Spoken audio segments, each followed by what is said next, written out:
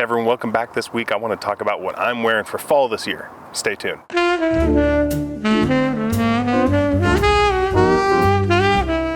Alright, so leading off, I am talking about one that I literally just talked about last week, which is Rammstein's Kokain Black Intense. But I mean, now that I have this, how can I ignore it? This, along with Smoky Plum, are two that I am actually among the most excited for fall this year, because Smoky Plum I got in the spring, which didn't really fit the clone of Plum Japonais, which is kind of similar in vibe, as I talked about in last week's video, to this. This is exactly what I want in a fall fragrance. At some point I'll make a distinction between what I think the difference is between maybe a winter and a fall fragrance, but for me, when I'm thinking of fall, kind of this spicy, sweet, kind of fits in the vibe with Thanksgiving, you know what I mean? Like, it's just so good.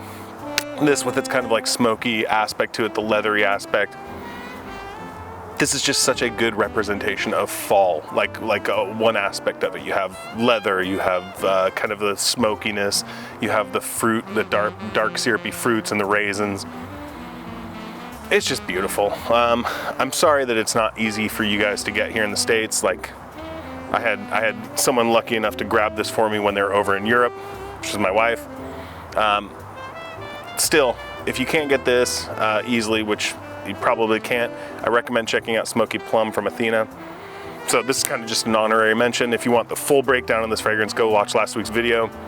It's worth it. This is a good one. Okay, out of the honorary mentions and into what I think will probably be a perpetual evergreen recommendation, because it's just that good, and that is Banana Republic's Tonka Bean and, oh no, it's Tobacco and Tonka Bean. I can't even get the name right. This one right here is amazing. So you hear the notes and you're like, coconut, huh? This absolutely is a fall/winter fragrance. It's cozy. It's very sweet from the Tonka Bean and the coconut and the plum. Again, plum is in here. You're gonna see plum in a lot of fragrances that I like, but this one in particular, I am sitting at half of a bottle on this one, and I have a 5-ounce bottle ready and waiting. So I think this one absolutely easy to probably pick up and get pretty inexpensively. I would recommend it. I don't think that you can really go wrong with this. I think it's completely unisex and you'll enjoy it. Okay, next up is another pickup that I got, again, I think out of season, that I've kind of just been sitting on and waiting for. I did do a comparison of this and the fragrance that it's very similar to, which I have a bottle of, but this one is Stronger With You Absolutely from Armani. And this one, very, very, very similar to the Most Wanted Parfum Intense, I believe, or whatever the black bottle Wanted is. They're very similar. The wearing experience is going to be very similar. The longevity for both of them, to me, is very similar.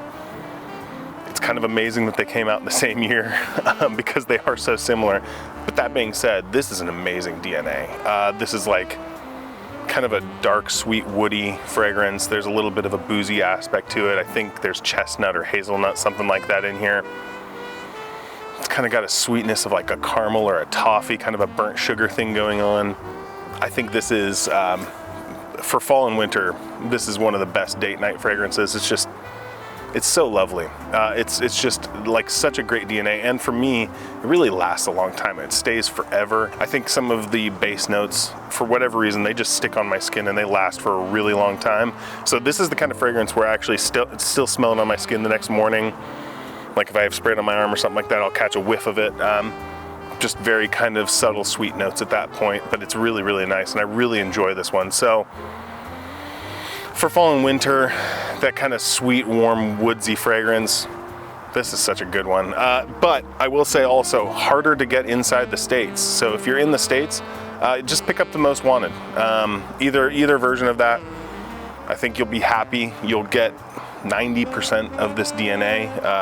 Kind of hard to distinguish them a little bit, I think, side by side, but they're both phenomenal. So I say pick it up. If you don't have Stronger With You, absolutely grab that one if you can. If you can't get that, I say get the Most Wanted.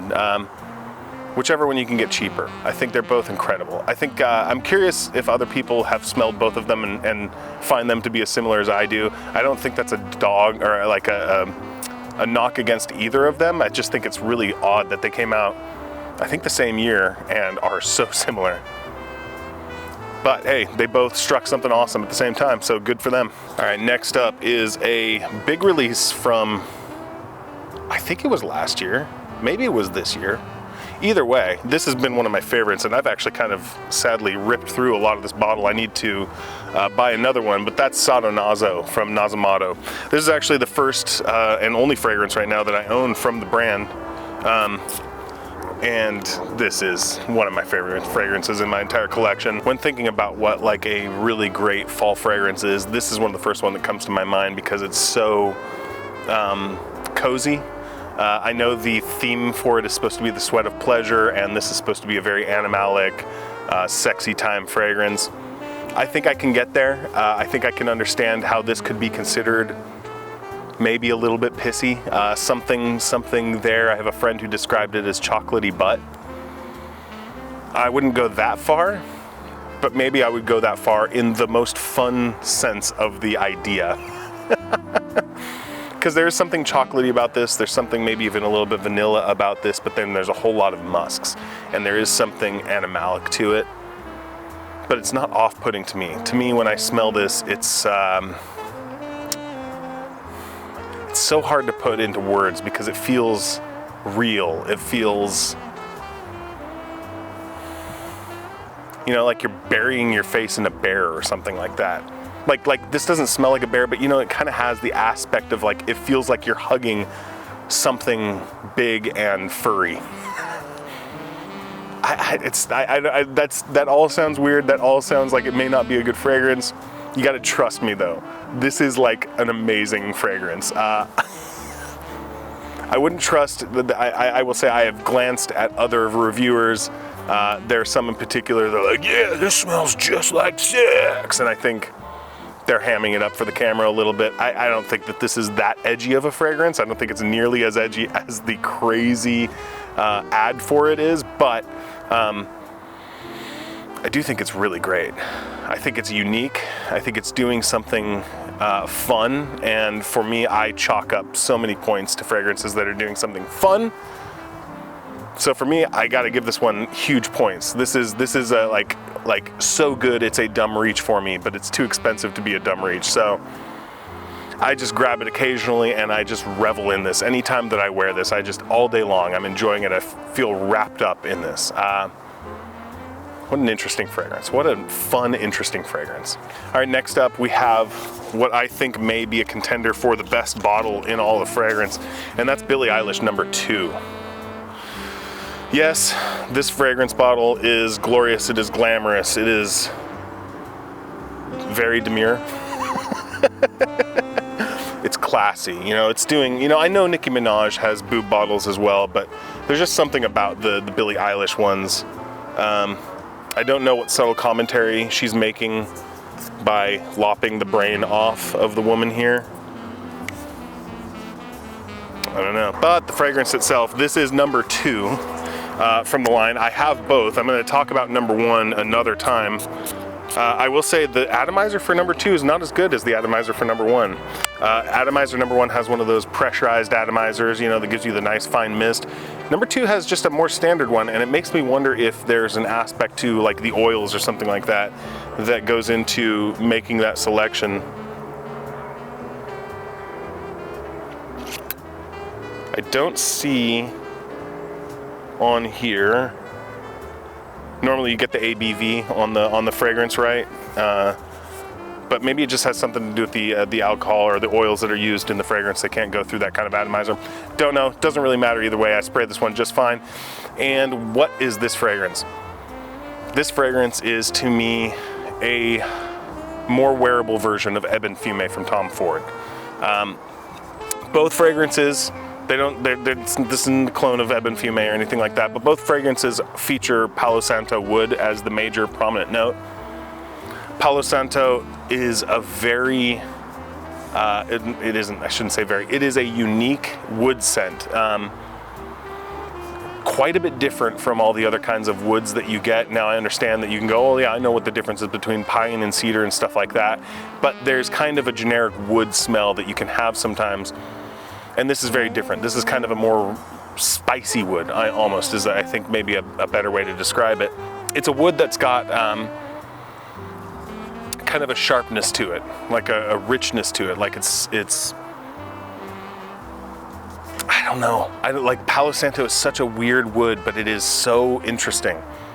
And in the case of the Tom Ford fragrance, Ebene Fume, it was designed, I think, in large part to be a layering fragrance. So it makes sense, I think, that I would find it to be less wearable on its own than this, which I think has a little bit more going on. It's a little bit more balanced. So the Palo Santo in Billie Eilish #2 drops back a little bit compared to Ebene Fume. It's not quite as forward, though I do think it lasts a really good long time still. Being a wood fragrance, it being a base heavy fragrance, it sticks around on your skin for a good long time. But unlike Ebene Fume, this has quite a bit of sweetness added to it. It has a bit of softness added to it too, some maybe a little bit of creaminess, so that you kind of have this sweet version of that Palo Santo wood, which is a lot more wearable for me. I really enjoy Ebene Fume. I would love to have a bottle of it at some point. I think it's an incredible fragrance, but I think it's pretty strong and pretty aggressive on its own without adding a whole lot else to the party. So I actually like the Billie Eilish more than the Tom Ford for a couple reasons. One, I think for me, it is just a more complete fragrance in the things that are added to it. And I also think that the price is way better. You can get this for, you know, 50 or 60 bucks, and Ebene Fume is going to be what, 350 or 400, something like that. It's insane. You know, Tom Ford's crazy. So I think if you're interested in Ebene Fume, if you've been looking at the fragrance world clone of it or whatever, skip all that nonsense. Just go get this. I think you might actually end up liking this a little bit more. Like I said, when I went to Nordstrom one time, I was checking out, I was trying to get a sample of Ebene Fume. They didn't have the bottle because it was back being used in a class that Nordstrom was giving on how to properly layer Ebene Fume. And they were using bitter peach, or yeah, isn't that what it's called? Bitter peach, one of the cherry fragrances, I think two other fragrances. I've got samples of what they were using to layer with Ebene Fume, and I think they're good, they're interesting. I think especially the peach with the Ebene Fume, with the Palo Santo, you get peach in there, it's interesting. But I think getting a complete fragrance on its own that's still a Palo Santo centered fragrance that brings something more to the table, it's really interesting. I think this one is great. I really like Billie Eilish, and all jokes aside, I do love the bottle. I mean, not just because boobs, but I think it's fun, and I wish there was more companies that did stuff like this as opposed to square glass. But it really matters what's on the inside, not on the outside. All right, and last up is one that I have not talked about on this channel yet, but I'm certainly going to be talking about it in the months to come, because this won't be the only time, but it is Unknown Pleasures from Kerosene Fragrances. And this is the second one I've picked up from them. The first one was Black Vines. I got that before they discontinued it, because I do love black licorice and thought that would be fun. This I bought as a blind buy, because it seemed to be everyone's favorite from the brand. And so I was like, okay, well, it's probably a safe bet, and it's a really good fragrance. This right here is a sweet lemon cake with Earl Grey tea. So this is gonna be extremely lemon centered. Like, this is very much focused on the lemon all the way through, but it's a lemon I really like. It's like a sweet, sugary lemon. It's almost like a lemon iced cake, a lemon iced lemon cake. Does that make sense? Like, it's super duper lemony, but very sweet, very sugary. But there is kind of sort of a cakey element that you can kind of get underneath that. And along with that, you have the Earl Grey tea. Earl Grey tea is, I think it's got bergamot in it, so it's already kind of has some citrus things, but you have the bitterness of the tea leaves a little bit underneath. It's just a fun fragrance. This is again, massive points for fun. This is one where you just catch whiffs of it and you're like, that is really nice. That is refreshing.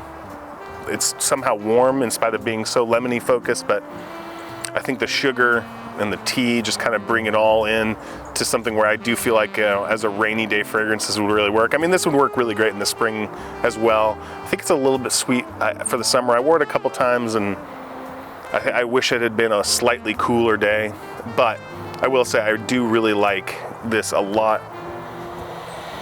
I like the sillage. I like how it sits in the air as this just kind of pleasant thing. You know, it's not going to go so far as to making people think that there's like a lemony cake nearby. It still smells like an actual fragrance, but it is beautiful, it is fun, and I'm a sucker for fun, weird fragrances. So these have been some of my favorites for the fall. What are you guys digging into this fall? What's new for you?